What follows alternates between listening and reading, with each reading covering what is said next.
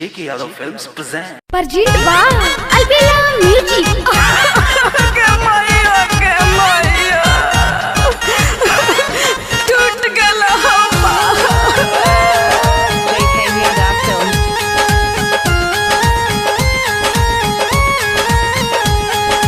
लग गेलै मौगिया के दाती रे हाथी छोड़ के जे गिरालै।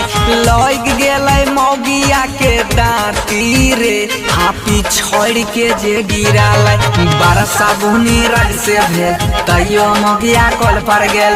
बेटा सबते छापक लेल केकरो में नहीं छा कोई मेल। भय रहते हमें उठा गेलै याती रे हाथी छोड़ के जे गिरालै। लग गेलै मौगिया के दाती रे हाथी छोड़ के जे गिरालै। छोड़ के जे गिरालै। छोड़ के जे गिरालै।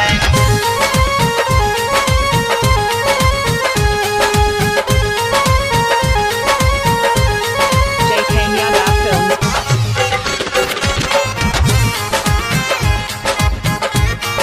हाँ हाँ दिन भर में 4 बोझा घास काट के आवे छै। घास काट के आवे छै हो घास काट के आवे छै। टेम टेबुल मकई के रोटियो पकावे छै। रोटियो पकावे छै हो रोटियो भैया दिन भर में 4 बोझा घास काट के आवे छै।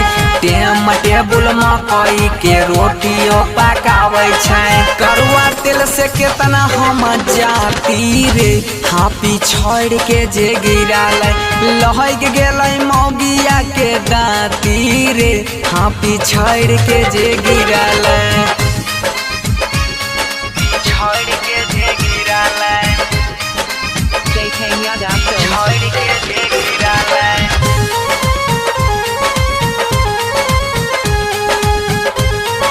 Presented by Albela Recording Studio, Simra.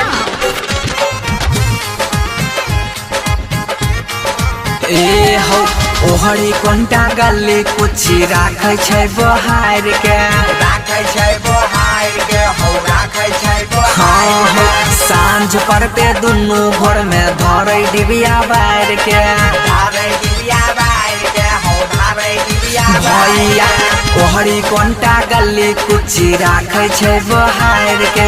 सांझ पड़ते दुनू घर में धरै डिबिया बार के। कनै बंसी पीट के अपन छाती रे हाथी छोड़ के जे गिरालै। लहक गेलै मौगिया के दाती रे हाथी छोड़ के जे गिरालै। J.K. Yadav Films.